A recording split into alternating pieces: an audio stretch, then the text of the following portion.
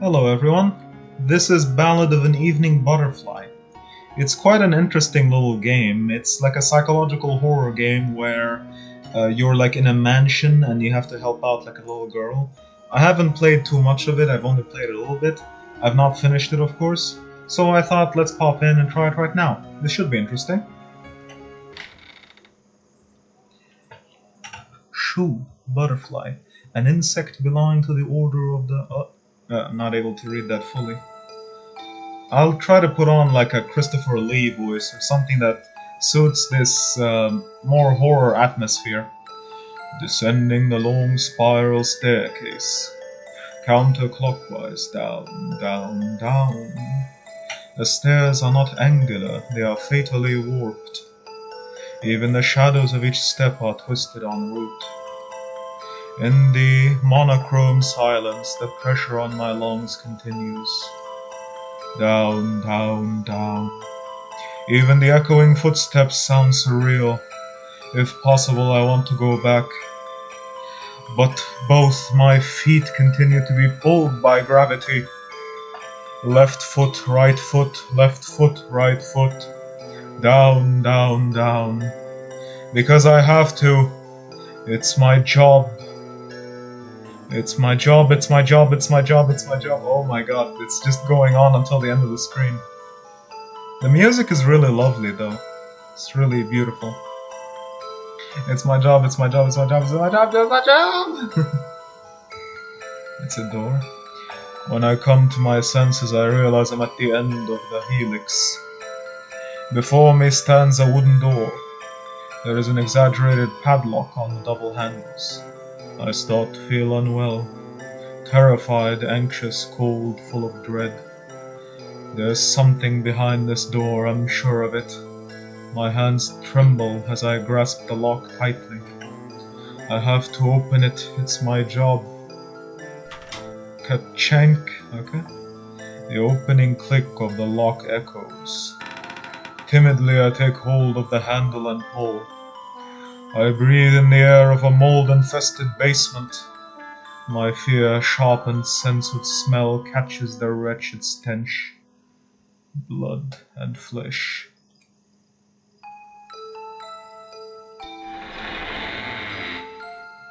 Behind the door is a dimly lit darkness. In the bizarre silence, the presence of a living thing floods over me. There's something here. But I can't see anything, I can't hear anything. Oh. No. Unnoticed there is a flash of crimson eyes. In front of me sits a pure white child, wearing soft white hair and skin white as well, like weathered bone.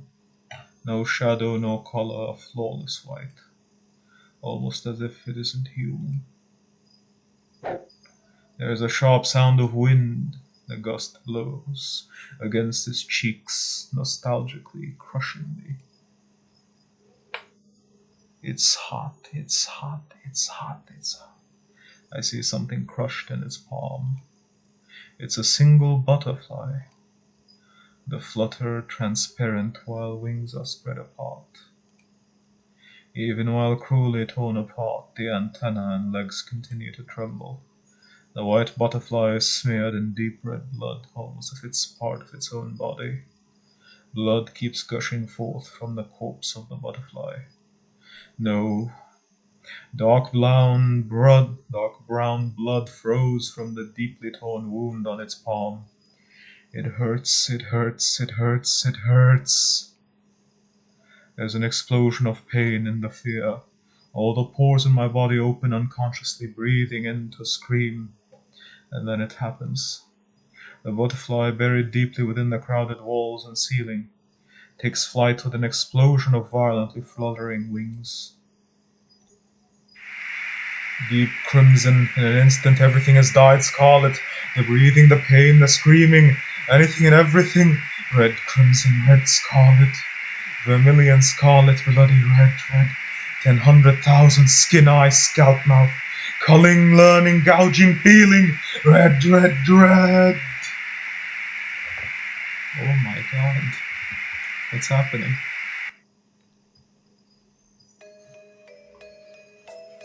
Like a study, a bookshelf that towers an entire wall lined up with an antique book collection. The unique odor of leather blended with paper. The curtain-covered window that hides a distinction of day and night. In the center of the carpet stands one velvet couch. There is a form of a child in black. Black suit, white shirt, a fragile frame, androgynous, wearing slender black glasses. Stretched out on the couch, reading a book with a posture that suggests sleep. A sound of turning page shakes the atmosphere. One, come here. As if in answer, a single butterfly appears. Looping down in a spiral, the butterfly settles on the child's shoulder and closes its wings. What happens to its feet? A bored voice rings out. Its feet, almost as if in conversation, the jet black inside the hooves hovers over to the child's ear, flapping its wings as though whispering. I see, got it. Listening to the butterfly, the child nods without a change of expression. With a crack, the book is snapped shut. How tedious. Impressions are expressed through one simple statement, but there is no reply. The book lined up against a wall reek of death. Oh, Ballad of an Evening Butterfly. Nice.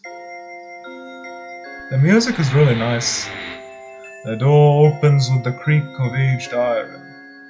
The achromatic world holds its breath asleep. Only the occasional flapping of a bird's wings slips through the leaves. Before me is nothing but the shadows of the trees. There is one path that continues deep into the forest. With trees thick all around, there is no sign of human existence. As though guided, I continue on. The sound of footfalls upon dew-moist underground halls and dissolves into the darkness. The night sky is concealed by the mysterious foliage. A crack between the groups of leaves reveals the color of ash. The stars and moon are confined in the clouds, and the outlines of the trees are blurred. A small path that seems to stretch on and on is interrupted at length. There is an old Western-style house. It towers above me in my suddenly expanded field of vision. An enormous shadow that throbs in the darkness. Countless rows of windows are lined up in the visible wall. As if uninhabited, not a single light is lit. Without change, the scene is neutral in color. I ring the bell adjacent to the door at the entryway. Twice, thrice, but there is no sign of life. I grasp the handle. Clink, with a sound the door opens. Lightly so. From the crack in the open door, a lone butterfly flies out. Large and black, its wings melt into the darkness. Welcome. Looking around, I see a child in black standing there. Gender neutral with arranged features, the child is abnormally pale. Dressed in a tailored suit and wearing black-rimmed spectacles, around the collar of the shirt is a necklace of the same color. The whiteness of the child's slender neck floats in the darkness. I apologize, there was no reply, and I just opened the door. I do not mind, certainly. There is nobody inside. An emotionless voice. From behind those glasses, the child glances at me in greeting. It's nice to meet you. My name is Motsuki Yoru. A moonless night. Whimsical, is it not? No, it's very charming. It's nice to meet you, Motsuki-san. Please, call me Yoru. Then, if it's alright with you, Yoru-san, my name is...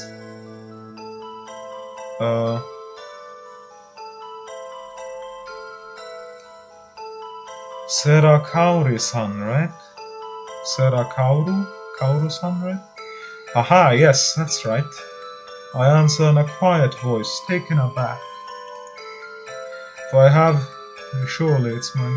to say it, it surely is my name. But right then, For just a moment my mind is overcome with chaos. Why? What? What caused it? I looked up, and before my eye is your smiling face.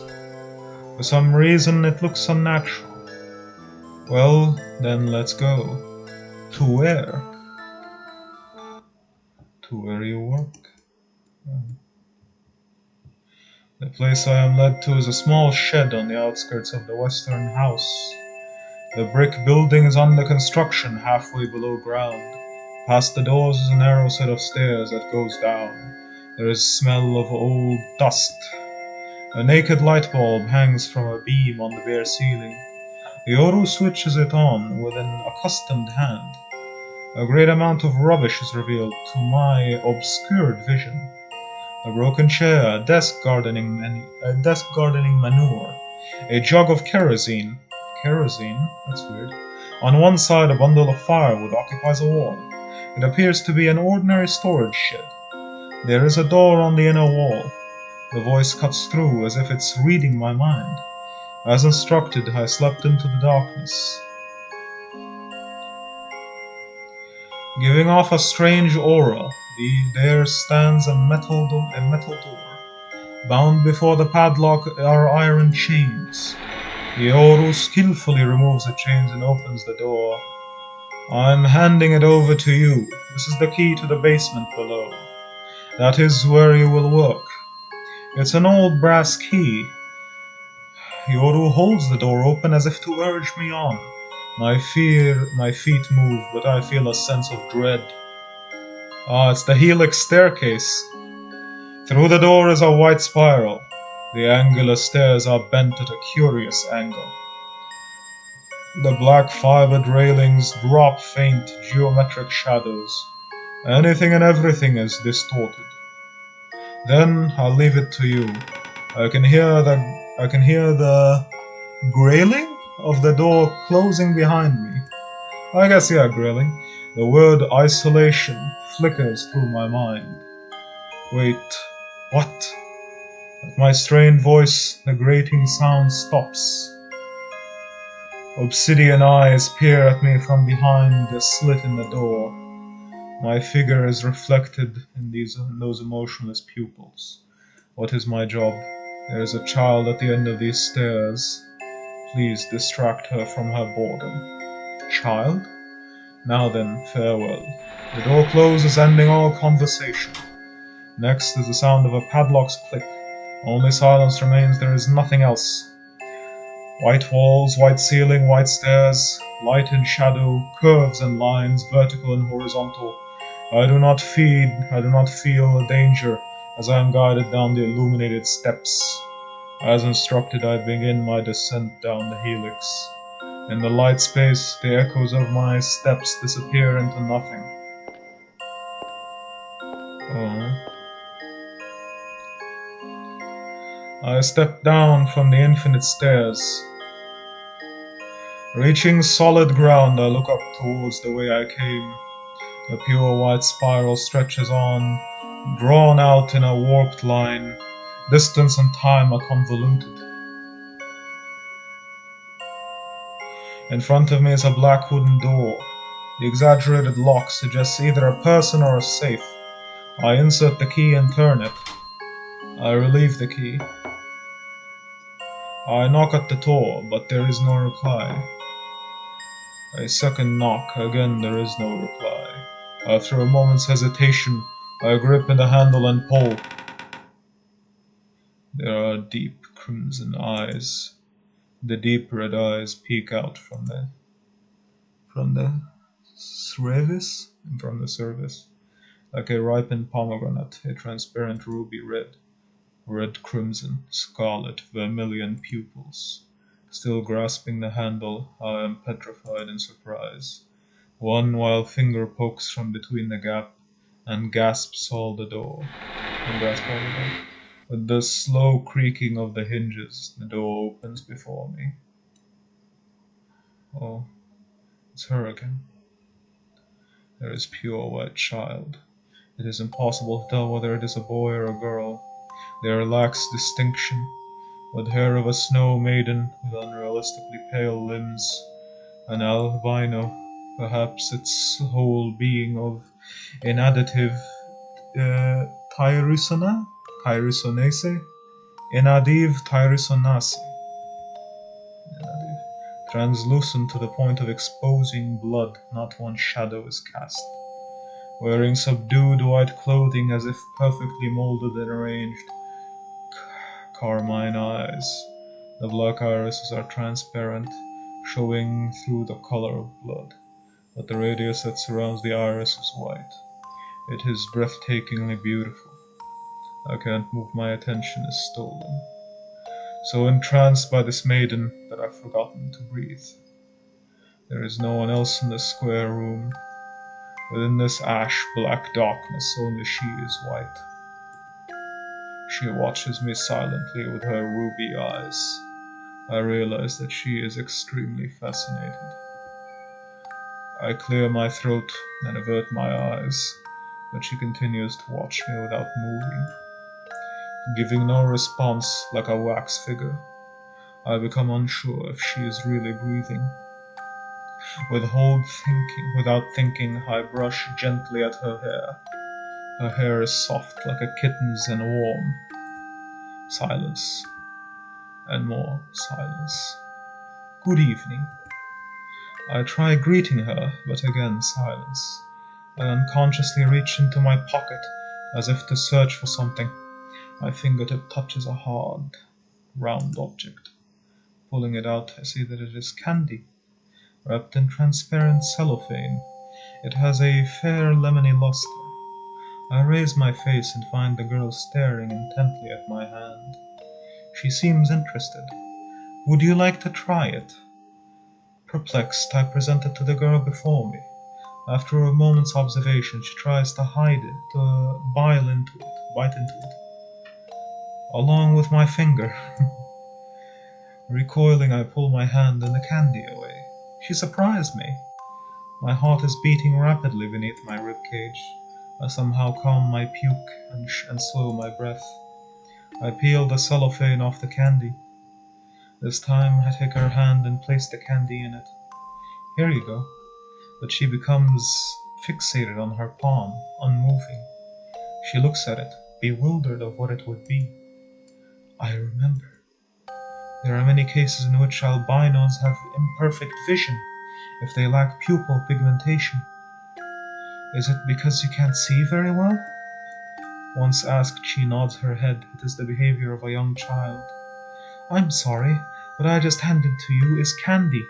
If you would like to eat it, it will make me happy.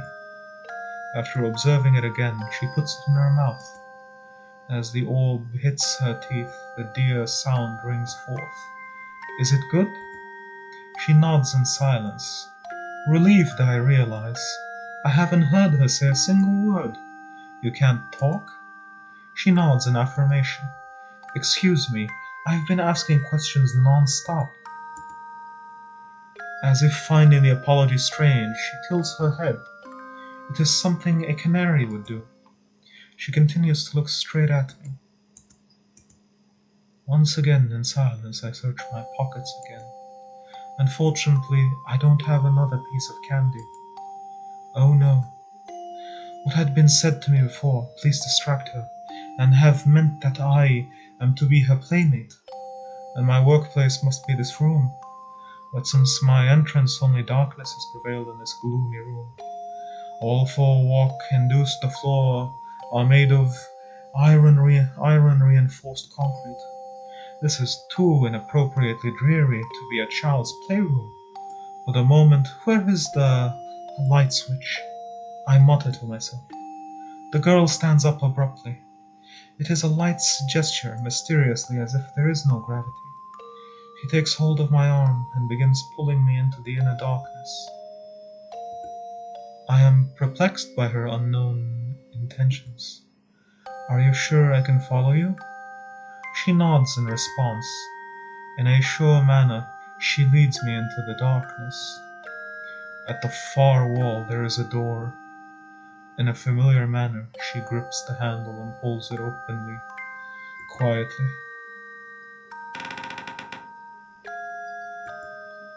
From the open gap, a bar of light illuminates her, a crimson butterfly. There is a birthmark on her back. Right on the shoulder blade is a discoloration in the shape of a butterfly, wings stretched as if about to take flight. It is a beautiful butterfly.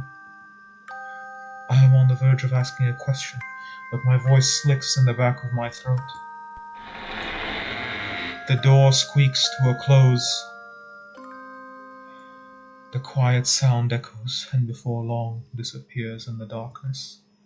In the remaining silence, there is a sense of unrest. It's almost like the flutter of a butterfly's wings. Like a study on the bookshelf that line the wall, extensive old books stand. From chemistry to history, there are books for unlimited subjects. Many of them are science-related books written in foreign languages, but among them are peculiar titles. A primer to ventriloquism, donut making for beginners, and everything about parasites. It seems as if there is no interest in anything other than in print. Hey! 2, you're in my way. 3, get off my head. On the couch there is a child stretched out reading. The black butterfly called. 2 is spreading its wings on the leads. Its master seems disgruntled at its disregard. It's childish, but it's being a pest at the risk of its life. The black butterfly called. 3 sits at the rest of the child's head.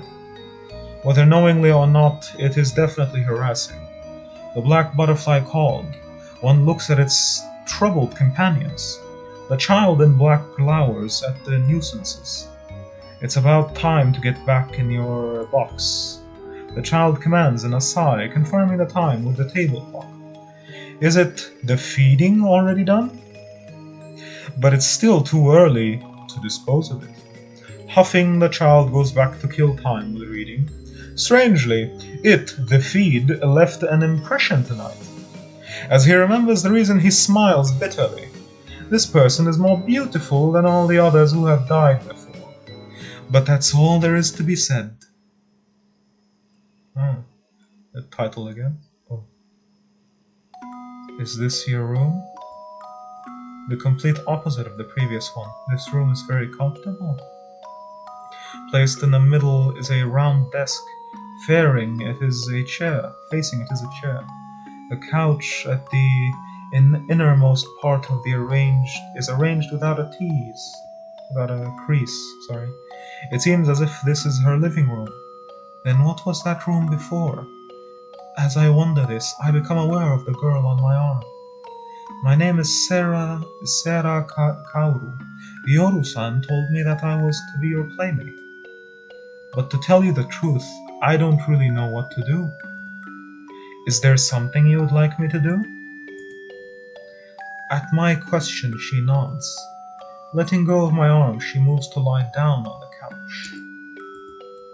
I can't grasp her intentions, but it could also mean that she is tired and doesn't want to be bothered. It really does appear that it's not playtime. Still, it doesn't seem like she wants to sleep. From her soft clothes extend slender limbs. Her face is gender neutral, but her physique is that of a young boy's. On her back is a deep crimson butterfly. For some reason, my pulse quickens and I have to look away. At that moment, I turn my attention to the books lying on the table. They are all children's books in foreign languages. Among them, I recognize a title. Hans Christian Andersen's picture book, without pictures. How about reading aloud? I'll read to you. Would you like that? Upon hearing my question, she becomes alert. She nods. Great, how about picture book without pictures? She nods her head again. Then I'll start right away. Sitting at the round table, I pick up the leather-bound book.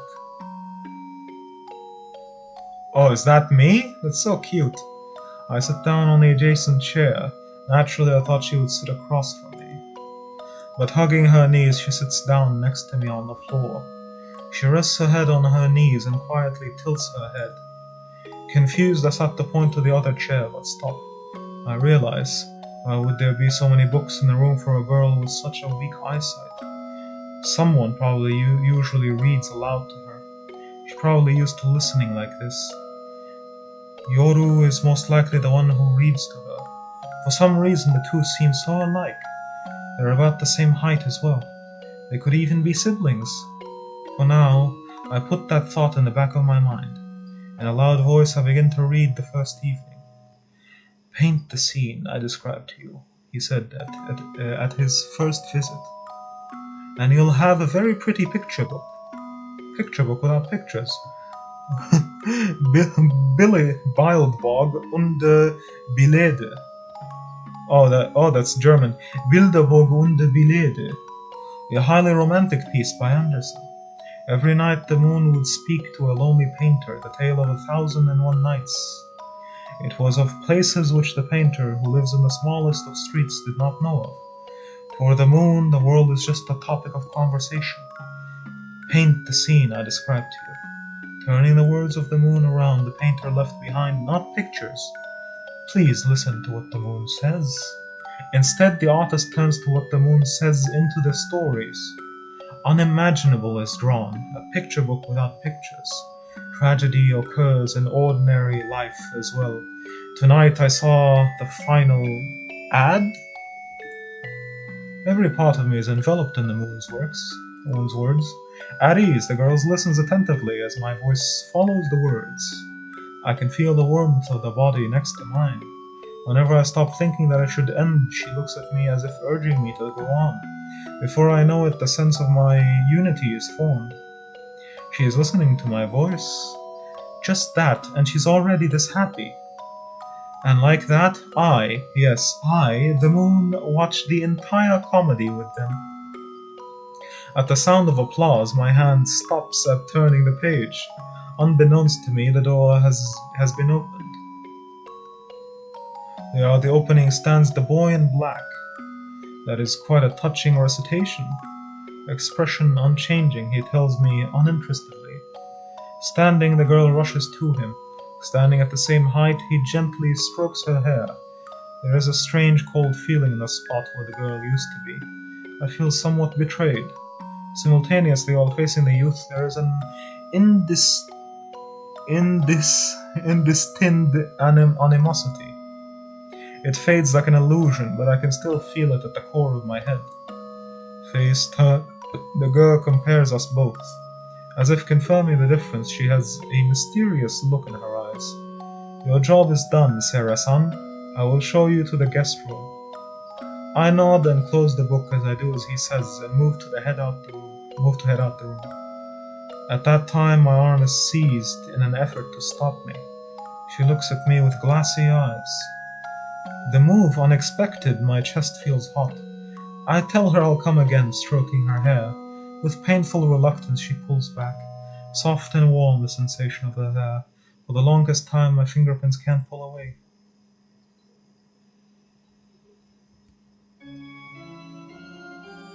The room I am led to is dreadfully quiet.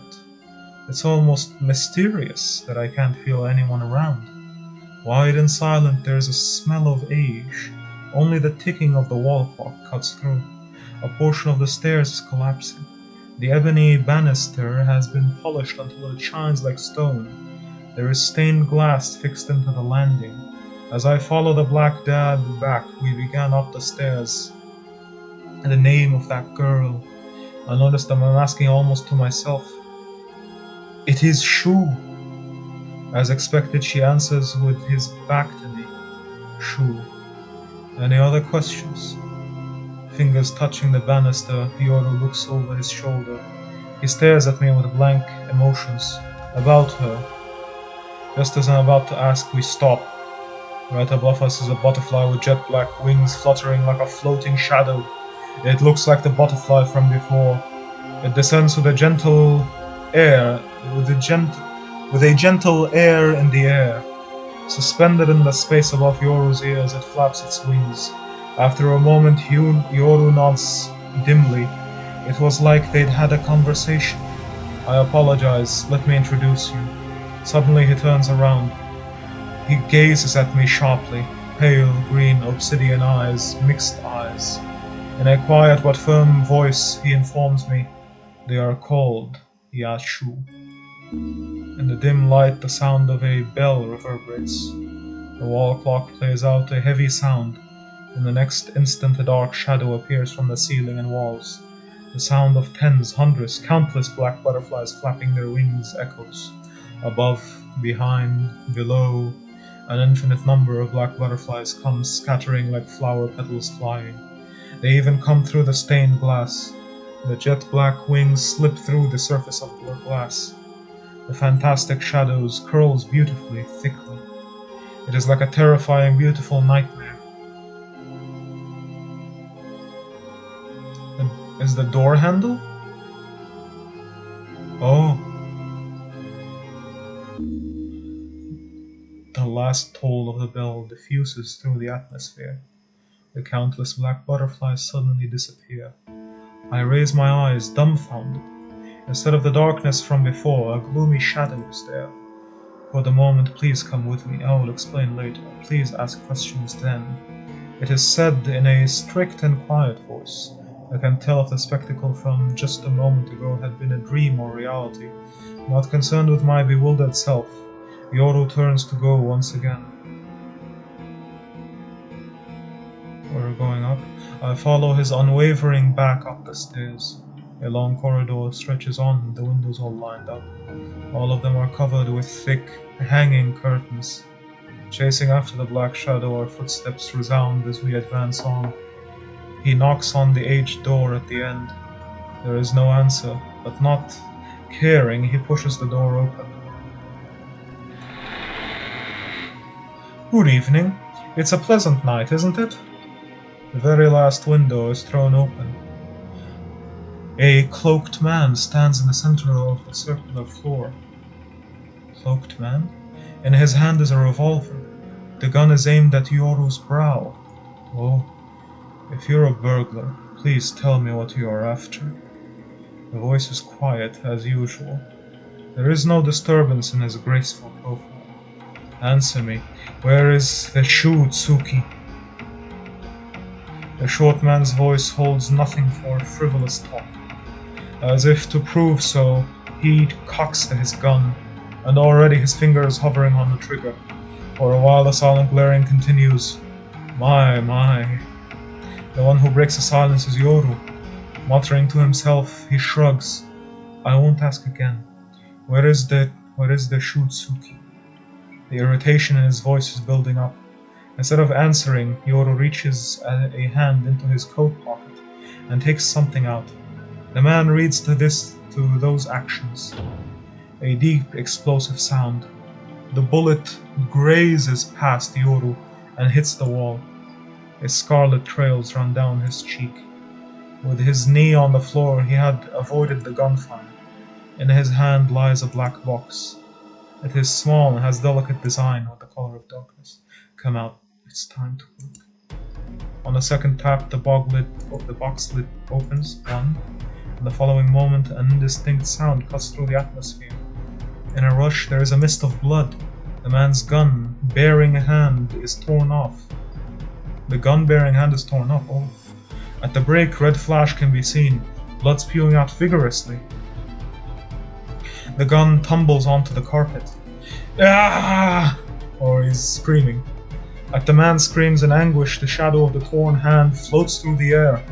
In the very dim light, jet black wings, black butterflies. 2. The second butterfly swoops down to the man's face, aiming at its targeted attacks all at the same speed. Eyes, nose, cheeks, and the flapping of 2 wings. As if fine cutlery has been used, vermilion stakes run from every direction. Vermilion streaks run from every direction. All at once, blood gushes forth. Panicked, he tries to brush the butterflies off, but the flow of blood blinds him. Arms floundering, it is as if he's trying to tear his own face off. Blood overflowing from an empty eye socket. 3. The sound of wind rushes through. The third butterfly rips open his throat. Blood squirts like a fountain and he collapses to his knees. His legs convulse and beat against the carpet. then stops. The man's blood pools from the center of his corpse and spreads, bleeding from the arteries. He is dead, isn't he? The emotionless voice confirms the man's death. Generally, when an adult loses a third of his blood, his life is in jeopardy. More than too late to save him. Not even a moment, and the stench of death permeates. Standing in the pool of blood, Yoru picks up the fallen gun. Looking up, he sees my petrified self. He walks to me casually and puts a hand on my shoulder. We'll leave this room as is. I'll call the cleaning people later. That is all he says. His voice indicates nothing has happened. With that, his footsteps continue. Mind in shock, I cannot move. I can still feel the sensation of his fingers on my shoulder. As he passes by, I smell the remnants of gunpowder and blood. That was freaky. In ancient Celtic legend, the butterfly is the true form of the one who lived. In Western countries, the butterfly symbolized the soul. Even in Japan, the butterfly symbolizes the soul of the dead, called kawarahiko. It is said to be forbidden to talk about. Finally, we employ them, the butterflies, to work as shutsukai, butterfly users. Those in the Motsuki house call them the yashu, evening butterflies. Nobody knows their true form. Perhaps they may be the soul of the dead. Or they could be dead souls that dwell into other plants and animals. However, that does not matter. They hardly have anything to do with us. Whatever their true forms may be, the shutsukai, the yashu, work for us, and that is more than enough. Are you worried about the burglar? But he says shutsuki, a butterfly spirit. The obsessed child is called the chuji. Long ago, the chutsuki and the mutsuki were bound in contract. In that agreement, it must be reported to our founder when a new child is born. Thereafter, the mutsuki has born one child in about 10 years that is a shutsuki. Most died from abnormalities soon after birth. In Western religion, in order to save mankind, God made a pact with them, the Old and New Testament, Moses and Christ. At that point, the living God, Shutsuki, did nothing. Like when you met Shu. Also, Shutsuki had a thirst for blood, so in order to pacify it, a sacrifice was given. Like you. Perhaps now you can recall something from your affected memory. This is the result of the drug administration. Your recollection is temporarily impeded, but it will be better in several days. Incidentally, this is not my doing. I do not know who, but it is by means of the Motsuki. I am merely the caretaker of Shu. Do you have any other questions? I'm being sacrificed? Holy shit! His black-clad form stops at the last door. He unlocks it and pulls it open. The guest room he brings me to is comfortably arranged. By the window is a writing desk. Next to the bed is a reading lamp and an alarm clock. This is your room. Please make yourself at home. Breakfast is served at 7 a.m. We will come pick you up when preparations are complete. Well then, sleep well. The hinges squeak as he closes the door. Reflexively, I grab onto the handle. The movement of the door stops. Yes? He inquires expressionlessly, and I part my lips reflexively, but no sound comes out of my mouth. You should treat that cut on your cheek. That is what I finally managed to say. As if he'd forgotten, Yoru traces the cut on his cheek. If only faintly, his lips curve into a bitter smile. Thank you. The door closes, his words of thanks. I am alone. Next to the bed is an oak chest. Beside it is a folded pair of men's pajamas. Locking the door, I crawl into the bed and my clothes on. After being alone, my body feels heavy. Like a thread snapping, I bury my face in the pillow. Imagery and thought in my mind become muddled. Red, crimson, scarlet, black. Red, crimson, scarlet, black. I close my eyes to shake off those thoughts. It only takes few seconds before I drift into deep sleep. In the depths of my sleep, I hear a flapping of butterfly wings. I think it was a nostalgic dream.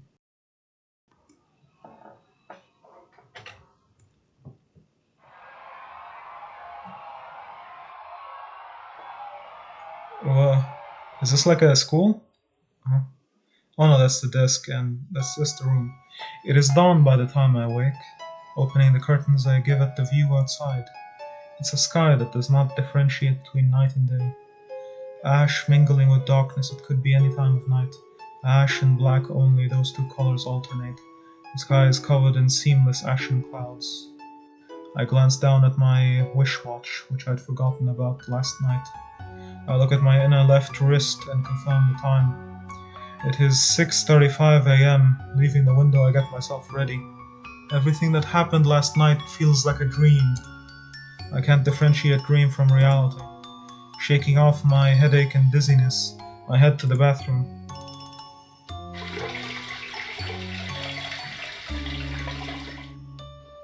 I turn on the faucet and wash my face. Realizing something, I peer into the mirror.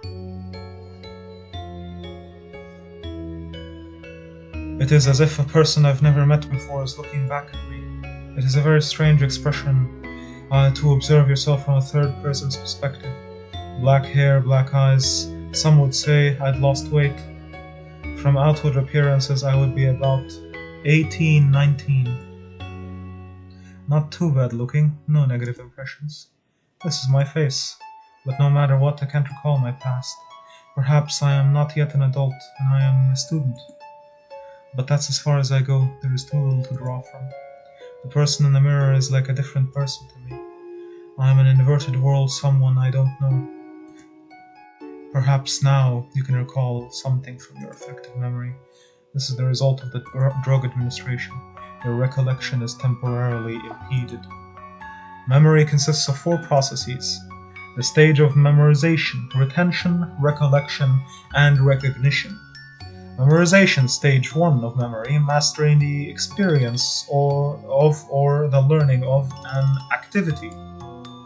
Retention, stage 2 of memory, the ability to substantively and qualitatively retain a past experience.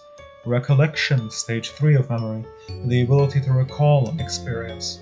Recognition, stage 4 of memory, the ability to remember past experiences as well as relate them to different things. If what Yoro says is true, then I will have to walk the recollection path of me up. Frankly speaking, I've lost something extreme. The space where my memories belong is just a large void. No matter how I search, there is nothing. Birthplace, birth date, I remember not a thing. I'm standing in the middle of an absurdly blank piece of paper, as if the nerves in my head are paralyzed and my recollection refuses to heal. Sera Kaoru. The only thing I know is my name, but of course you could have lied to me. However, there is no point in distrusting him. Maybe it'll get better in a few days. Hearing the knock on the door, I stop my train of thought. I look at my watch, it's 7:30 a.m. I unlock the door from the inside and turn the knob. Yoro is standing right there as I open the door. I apologize, I overslept. He is as expressionless as the night before, but the hair on the back of his head is a bit in disarray. Morning. I greet him, then I have nothing else to say. We're going down the stairs to be sacrificed, I'm guessing? The Mutsuki are the users of the Yashu and are creatures of the night. Therefore, none of us are morning people. That must be terrible. I jest. That's good. Yoru smiles as if holding in a laugh. It is not clear if something is strange. For the time being, I am grateful that I got to wake up. He fixes his hair. In the dining hall he brings me to, he begins to prepare breakfast. He pours coffee from the pot and hands it to me, while steam trails from the cup. What he said about being from the Motsuki family may be true. All the windows are draped with curtains. Not a single butterfly from last night is to be seen. Do you always cook? Every few days a housekeeper comes by. She cleans, does the laundry, and prepares meals. I just warm them up in the microwave. But I make breakfast myself. If you'd like, I could make breakfast starting tomorrow. Honestly, that would be very helpful. Is that some kind of trick? Of course not. Then please do. The task of coffee wakes me up. The taste of coffee. A silence falls upon us, save for the clinking of silverware against china. What time should we go to where Shu is? At the question, Yoru gives a faint look of surprise. He sets the fork down onto his plate with a clatter and looks up. He looks at me in silence. He hadn't seemed to expect that at all. Why? I thought that was my job. To distract the child? I repeat his word to emphasize the point. My voice has an incredulous pitch. He looks at me peculiarly. Is that you don't think, or is it that you are fearless? Which is it? Fear? As I am about to ask, I remember. The butterflies killed. Last night the butterflies they shoot Suki, and the bloodlust they possessed, and that I am a sacrifice for her. But strangely I'm not terrified. In 8 or 9 out of 10 cases, they kill when you run. Last night when the intruder was killed right before my eyes, I'd made no reckless movements. Since the beginning the worry of death or of being killed had already broken my sense of reality. Or perhaps the idea that I will not regain my memories has had an effect on me.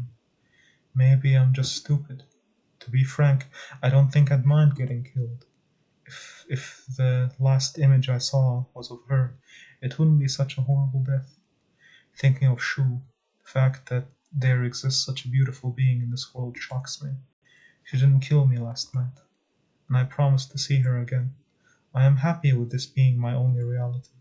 Within my mind is the spectacle from the night before, the miraculously pure white maiden, her warmth, her pulse, the feel of her hair. For some reason my chest begins to hurl. Is it the anxiety of losing my memories? Love it. I look up to that murmur and find Yoru smiling at me. With that I release my current thoughts and resume eating. Love it. That would be great. Wonderful. There are times when the mistake or ill fortune of a person can become an amusing story. Or he could have just said rabbit. Please, go around. In the afternoon, Shu should have taken her nap by then. Thank you. You're welcome. A small laugh escapes his lips. It could have been from the amusement of watching a fool, but it is an unreadable laugh. I drain the lukewarm coffee and think, excuse me, may I please borrow your kitchen? He gives me a quick affirmative. He has just finished his breakfast. By the way, Sera-san, do you not fear me? He asks me suddenly the moment he stands up. No. I reply, before I can think of a reason. Yoru smiles faintly, standing right before me. It is a bitter smile, just like from last evening. So does Yoru want to be like some Death Knight or something? In the rather simple kitchen, it is a rather simple kitchen, but the cookware and spices are of a better than average quality. With the sugar, butter, eggs, flour, and baking soda, I make donuts. I dip the many rings into oil. After, as a finishing touch, I sprinkle sugar on top of them. Every nook and corner of the room smells sweet. The afternoon clouds set a warm ambiance. I'm still worried, but remembering this recipe calms me. In memory, these consist of semantic memory and episodic memory. Episodic memory is a recollection of past doings. Semantic memory is recollection of learned skills. For example, driving or cooking. In my case, my semantic memory was not affected, but there is no big difference in it. I bite into a donut for a taste test. It's not as bad as I thought it would be. There is a light crisp layer on the outside and it's soft on the inside. The sweetness spreads in my mouth. It seems that my forgotten self is fond of cooking. The reason I made them is that Shu might find them easy to eat. I'm glad I made the right choice, but I think I may have made too many. I find a bread basket to carry the donuts in. Coincidentally, I find a tin of black tea in the cupboards. It has been an elegant color and seems to be high class. I wonder if I can make some without permission, but I was allowed to use the foodstuffs as I wanted. I make the tea in an enamel pot. Then I fill a thermos and put 2 teacups into the basket. Leisurely, the wall clock chimes 300. I'm not going to say AM or PM. Just like that, the time goes by in the blink of an eye.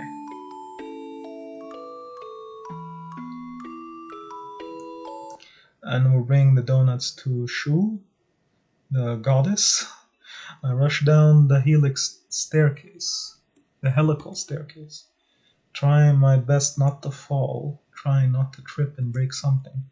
Feeling uneasy on the whole trip from the kitchen, I advance timidly. I am exhausted by the time I get there. I notice the lock is off from the storage room, but the door to the basement is locked as usual. I open it with the key I was given. It is the same from the night before, but I stand and knock before entering. Whoa! Shu comes flying out and clings to me. Oh, she missed me! This terrifying goddess of death! I nearly fall over in confusion. I manage to balance myself. I calm myself and take a breath. Okay? She looks at the bread basket with wonder. With a wiggle of her nose, she catches the scent of donuts. She snarls the basket away. She snatches the basket away from me and heads to the round table. She does not say a single word. Oh, but I feel happy as I see picture book without pictures on top of the table. We sit together there. Oh, it's so cute. It's gonna end horribly, isn't it? Immediately she takes hold of a donut with a slender hand. After a very quick study of it, she takes a bite. How is it? She nods, mouthful of donut. Quickly she snatches up a second one with her free hand. It seems like she has a very good appetite. She must really enjoy them as she keeps eating without a break. She eats 3 while I'm still on my first one. Oh yes, remembering the thermos, I pour some tea into the cups. Gentle steam rises, accompanying the soft sound of the pouring liquid. Shu looks up from her 4th donut. Actually, I made those. I say it casually, but Shu freezes. She puts the last bite into her mouth and cleans the sugar off her fingers. She bends over the table towards me. What is it? She puts her face close to mine and strokes my hair with her small hands. I stiffen, not knowing how I should respond. I can still feel the warmth from the contact, my bad. Thank you, I murmur, taking it in. It's so warm. She nods and returns to her seat. As if having some exquisite cuisine, she starts on her 5th. I drink the tea as I watch her, drinking in the porcelain white and liquid amber. I test the temperature of the tea with my fingertip. It's the kind of happiness you'd find in a dream. So we're eating donuts with the goddess of death, or goddess of butterflies, I guess. With Yoru's share of the donuts in hand, I look through the house. I go up the entryway stairs and open the doors one by one. There is nobody anywhere. The dim light permeates every corner. Only the sound of the old clock cuts through the heavy silence. The bell chimes 400. Everything falls back into silence and the last ring fades away. My mind drifts to Shu, to Yoru. Do they feel lonely, living separated like this? Maybe they're used to it. Is there a human alive who is satisfied with solitude? I open the door at the end of the 3rd floor. The rusty hinges creak. There is a thick smell of old paper and ink. The room is dark as I slept inside. There is an orderly bookshelf. There are orderly bookshelves on every wall. Yoru is there on the couch near the window. His head is on the armrest, body stretched out as if he is asleep. Trying not to make any noise as I approach, I look into his face. His eyes are closed, his breathing is deep and even. He has an unexpectedly childlike sleeping face. On a nearby desk is an open book and a clock. I watch the minute hand of the clock. It goes around once, but Yoru doesn't wake up. I place the dish on the table and open the window curtain with a finger. I look through the open silver at the landscape outside. It's the afternoon, but still so gloomy. Under the grey sky is a cemetery. Grave markers protrude from the ashen ground, proof of deaths. I remember what happened last night. The man who died from getting his throat slit by 3 of them. We'll leave this room as is. I'll be calling the cleaning people out later. The cleaning people, he'd said. Is that man buried here? Would you please close the window? The light bothers me. Oh, he's awake, Yoru. It turns around, the voice coming from behind me. A ray of light obscures my vision. In the dim light, dust particles show and reflect yellow. Yoru is there, squinting at the light. I'm sorry. Flustered, I close the curtain. No, it's alright. He sits up, pushing his glasses into place. I wonder if it's a good idea to ask about the grave. He answers as if having read my mind. It is a gravesite as you saw, all with the people who were killed by the butterflies and me. I lie, a number of them are Shutsuki that have died here.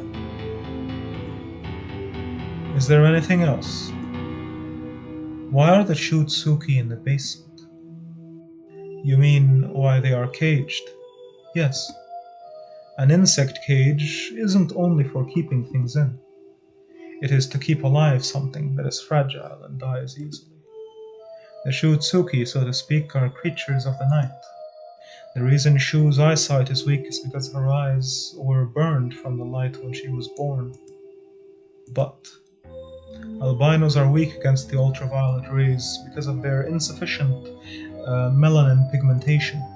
And unlike Caucasians, who are similar in appearance, they are many times more likely to develop skin cancer. But confining someone in the basement is odd nonetheless. It is. Maybe there is a reason I do not know. I don't feel like the blame should go to him. I feel that there is a certain kind of affection between Shu and Yoru. Like last night when Yoru was stroking Shu's hair. They look like siblings close in age, maybe even twins. By the way, what's that? His voice cuts through my thoughts. He points to the plate of donuts. I borrowed your kitchen to make them. Please try one if you'd like. Is this some sort of trick? You don't like them? I love them, he says with no expression as usual. I can't tell whether he is joking or not. I'll have one. Please do. I sit down next to him on the couch. With a flawless movement, Yoru puts the fork to his mouth with the donut. The way the two of them eat donuts is extremely different. His mouth looks a little more relaxed than usual. It really does look like these are a favorite food of his. Shu ate some too. I think she liked them. His fork suddenly stops in midair. Looking up, his eyes travel from the plate to me. There is a tremor in his dark eyes, faint surprise. Did she really eat some? These? Was she not supposed to? She survives without eating anything. He continues as if speaking to himself. I see, that's great. He has a quiet smile. It's not his usual smile, but one with a certain glow. I can see the love in the expression. You and Shu. Ah! Phone ring? As if to interrupt the moment, the telephone rings. Excuse me. Yoru stands up and places his fork on the plate. In the corner of the study is an old-fashioned telephone. He calmly walks to the phone and picks it up. The ring stops and he holds the receiver to his ear. A deep voice responds. Hello. Yes. Yes, I understand everything is in order. I will see you then. It is bad to eavesdrop, but I catch pieces of the conversation. It's with someone he already knows. At length, his businesslike voice stops. With a ring, he sets down the receiver. Turning around, Dioru looks at me. Since you are working here, I will tell you. What? It would be best if you don't go to the basement tomorrow night. Why? We'll be having a guest. Please don't ask when. Please don't ask who. He says, smiling unnaturally. I don't think he will be giving me a reason. The question stops at my throat. Instead, I will ask about what I was thinking of earlier. Can I take Shu outside? Why? Maybe taking a walk for a change of pace would be nice. That's fine, however, only after the fun fully sets. It has a bad effect on her. I understand. Thank you. Nothing. Nodding, Yoru moves towards the door. As if a thought just came to him, he turns around and asks, Will you be going to her room after this? Yes, I promised that I would continue reading to her. May I come along as well? I jest. I hadn't been able to answer promptly. The desire to monopolize her had stopped me from replying. I'd been unable to hide that feeling from my face. Thank you for the food. It was delicious. The child clad in black is smiling. It's his usual unnatural smile. Or it's getting intense right now. We're taking out Shu to walk, right? Once again, I approach the inner door to the basement. With a deep thud, the heavy door creaks to a stop. I look through the door and see something lying on the floor. Limbs as white as wax. Snow-white hair. Right before the door is Shu's limp form. It appears as though she's fallen asleep from waiting. Hurriedly, I rush over and pull her onto my lap. Shu! As I call with her face close to mine, her eyes tremble open. With a blink, deep crimson eyes meet mine. She sits up. Seeing that she is unharmed, I breathe a sigh of relief. She seems to be fine.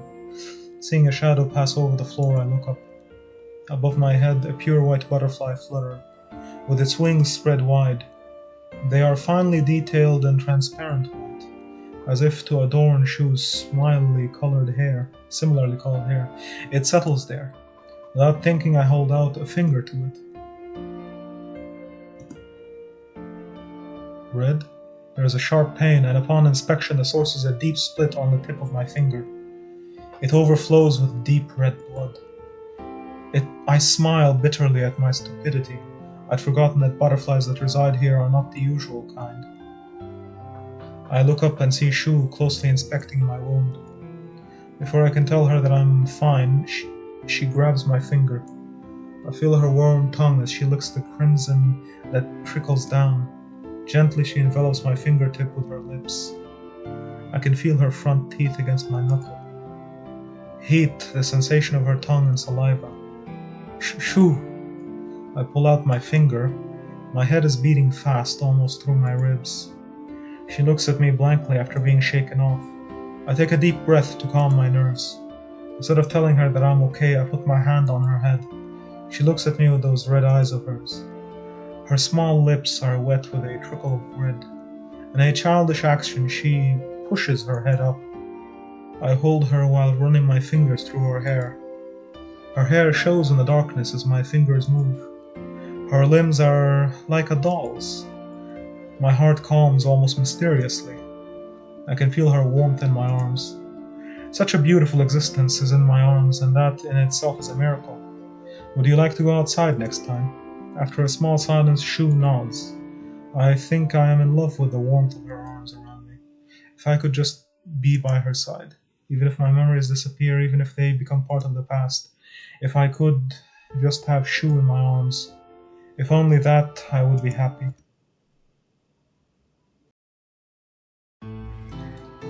Here, if you'd like. It's been a while since I've cooked like this. A plate is set before me with a soft platter. A richly colored array of food is piled in a ceramic dish. Half explaining it to be a joke, I look inquiringly at Yoru. but it is his usual expressionless face, so it worries me. I'll have some. Not wanting him to misunderstand, I quickly take the plate and begin to eat. Please do. As he says that he goes to sit facing me, he is trying to hide a small smile. This does seem like a joke, but he doesn't normally have anything against me, so I will have no reason to suspect anything. Rather, it has more of an affectionate feeling to it. So the sounds of silverware against the plate continue. After a while, a silence falls upon the two of us in the dining room. There is no conversation while eating, but it is not an uncomfortable silence. On the contrary, it is quite a pleasant silence. Is something the matter? No, sorry, I just thought you and Shu really resemble each other. People say that a lot. Oh yes, Sera-san. What is it? The moon will finally be out tonight. It'll be perfect for going on a walk with her. Thank you. Yoru has finished eating, but he has taken out all the carrots. I would have never expected that. I guess he really likes carrots. I hold out my hand, signaling to go. Let's go outside, Shu. Shu nods, showing no hesitation on her face. Her small fingers grip my hand tightly. The warmth of her hands feels nice. Opening the door with a creak, we begin our ascent up the helical stairway. As she is unaccustomed to the elevation, her footing is uncertain. Here, climb on my back. I lean over to show her, and then I feel her arms hug my neck from behind. I can feel her pulse against mine, warm and very small. It's so precious. We arrive at the storage room and go outside. Here and there, the ashen gray clouds are breaking up. The moon peeks through those spots. Black and gray become white where moonbeams shine through. It's pretty. My own murmur surprises me by cutting through the air. It is deathly quiet, save for the night wind that whistles through the forest. There isn't a single light coming from the house behind us. Shadowy shapes in the darkness seem to come alive. Shu drops from my back with a thump. Aww. She turns around with a twirl. In the pale moonlight, she looks like an angel with a halo. She kicks around a bit of the rocky ground with her tiptoes. White hair, white arms, white feet, white clothes. It's white to the point of dizziness. Twirling, twirling. Like she's dancing, like she's spinning. I can see her flying in the night sky. I forget to breathe. My eyes feel dry, but I refuse to blink. The memories I have lost don't look like they'll return. But right now I have the most beautiful existence with me. Beauty, it is her. Charm, it is her. Lovely, it is her. I love you. The unconscious murmurs escape my lips. Abruptly, Shu stops and looks at me. She takes my hand and kisses it lightly. Slowly she takes her lips away. There is no proof of it happening, save for the lingering warmth of her lips on my fingertips. Behind her long lashes, she looks at me with her ruby eyes. The next moment, a blade of moonlight obscures my vision.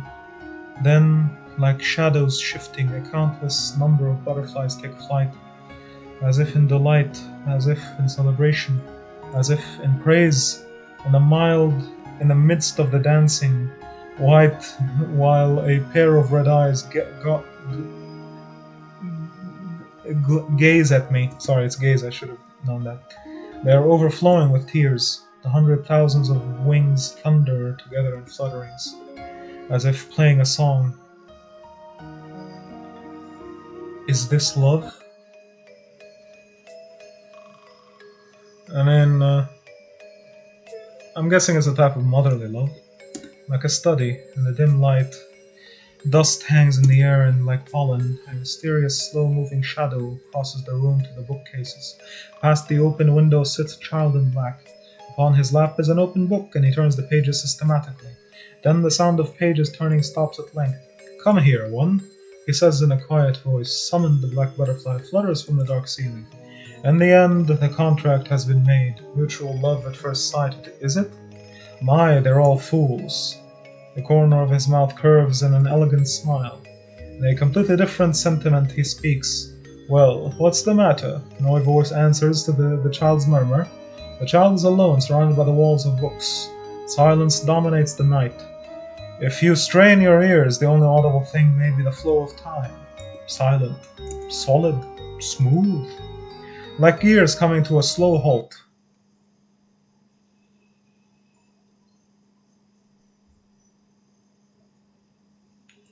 It feels as if both my hand and tongue are tied.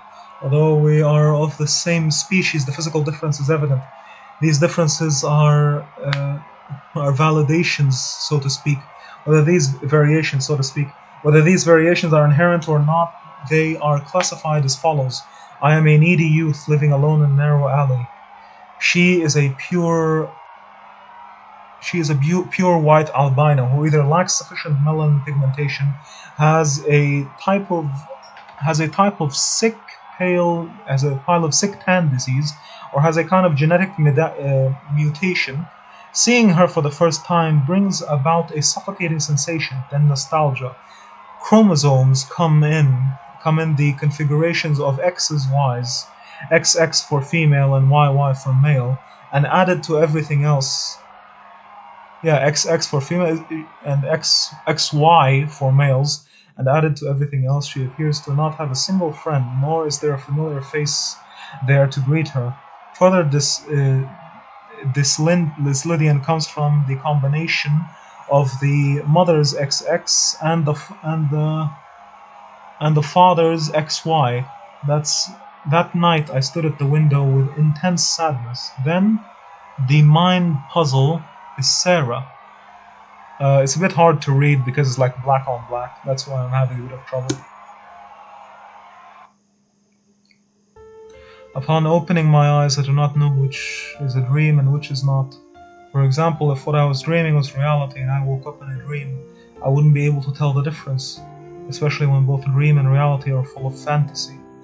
It is because of the memory of last night. When I think about it, it feels too good to be true. I can't trust what reality is. The sky is gloomy as usual. It feels like a blanket of monochrome rather than clouds. In this achromatic world, grey is ordinary. I still have yet to see the sun that is behind those clouds. The clock rings 6 as I gaze outside. I have forgotten my promise to make breakfast. I dress in a hurry and rush to the bathroom.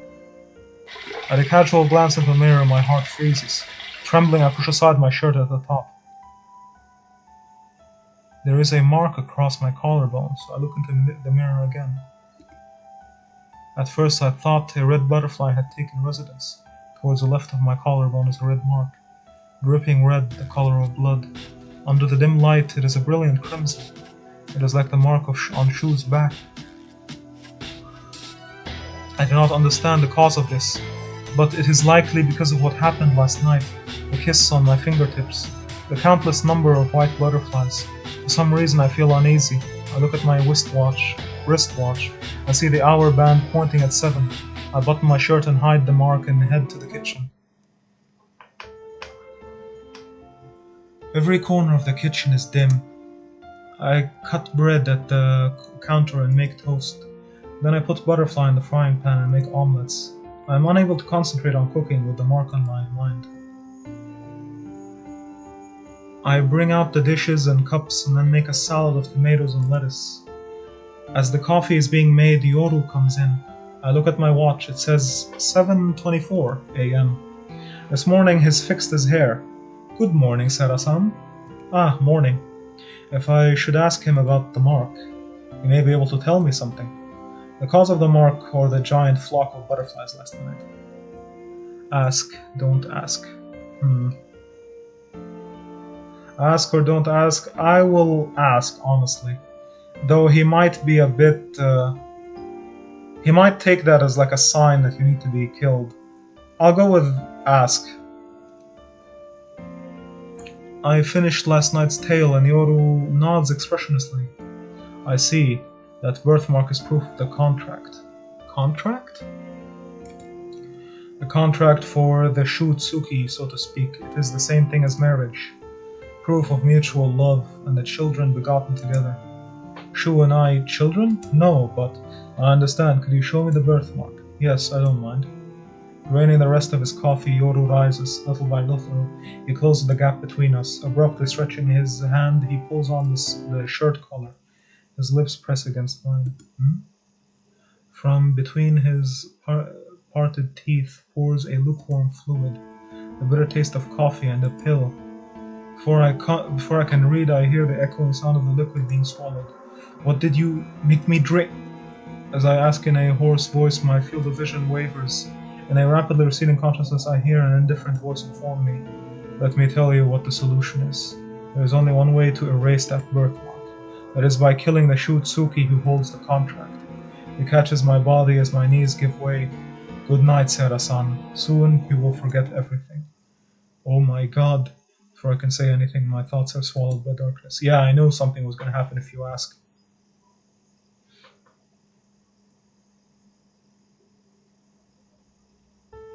One day I wake up with no memory. The past of the person called me has been broken away like film on the cutting room floor.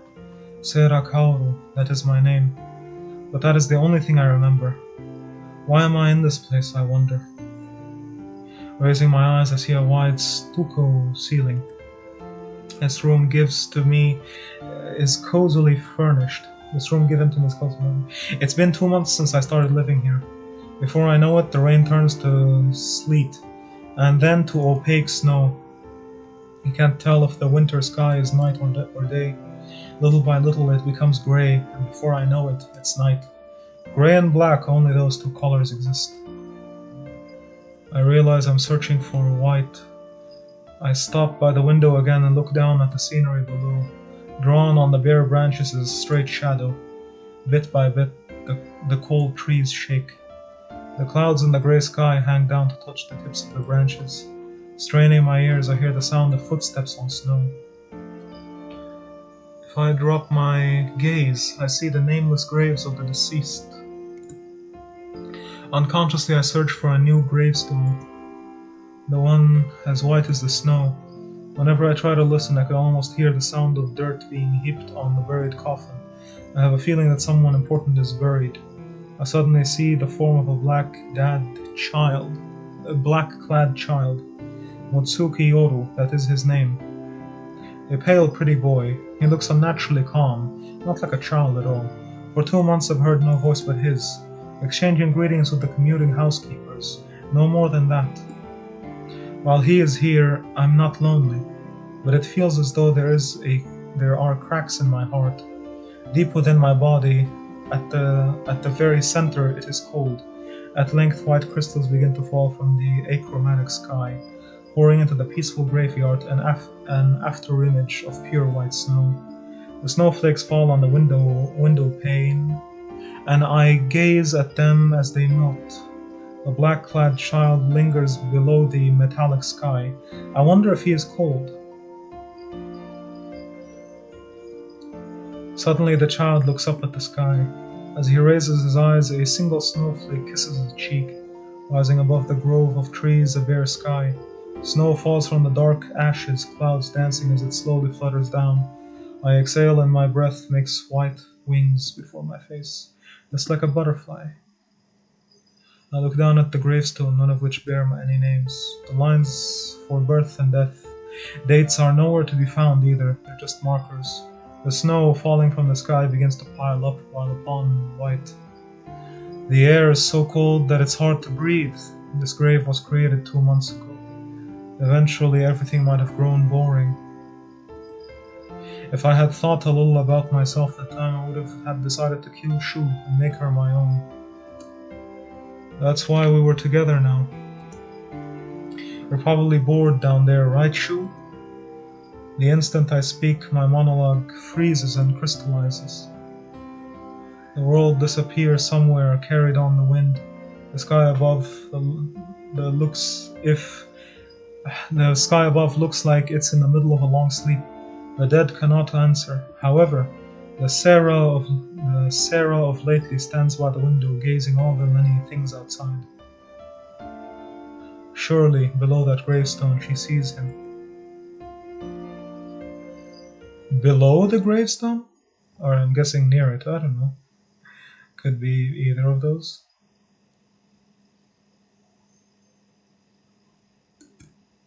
Oh. Oh, well, that is the ending for If We Ask Him. I'm guessing what's happening is that instead of killing Shu to have her, instead he killed us, so we were basically a sacrifice. It was an interesting story, I guess. I definitely want to make another shorter video, probably, just to see the don't ask route, see the ending for that. Or wait, load? Oh, no, no, no, no. Retain 1, retain 2, retain 3. I could have actually asked, probably. I could have, I should have made a save. Well, that's my bad. Well, I'll either make another video or I'll just edit another part of this same video just to see the don't ask ending. So far, it was a quite interesting game. The dialogue is very great. It's very well written. However, especially the music is the most beautiful. It's just that it's very cryptic.